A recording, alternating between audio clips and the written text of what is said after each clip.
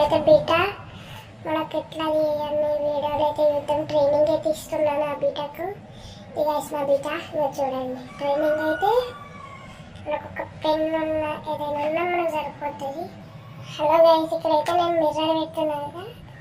ఇదైతే ఒక 20 టైమ్స్ ఒక డేలో ఒక 4 అవర్స్ పెట్టండి. మిర్రర్ అంటే 2 minutes అయితే పెట్టండి, సారిపోతుంది. ఇప్పుడు నేనేం చేస్తున్నా